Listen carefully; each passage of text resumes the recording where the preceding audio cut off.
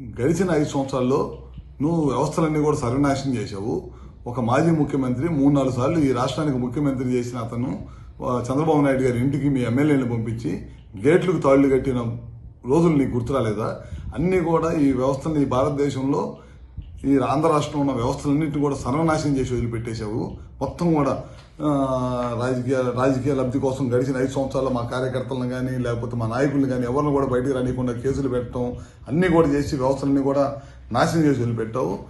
ఈ భారతదేశంలో ఈ స్వతంత్రం వచ్చిన తర్వాత ఏ రాష్ట్ర ముఖ్యమంత్రి పరిపాలించలేనంత అధ్వానంగా గడిచిన 5 సంవత్సరాలు నీ పరిపాలన ఉంది. అందుకే ప్రజలు కూడా నీకు 11 సీట్లకు పరిమితం చేశారు. ఇప్పటికైనా నువ్వు ఒకసారి ఇంట్లో కూర్చొని ఆత్మ పరిశీలన చేసుకో.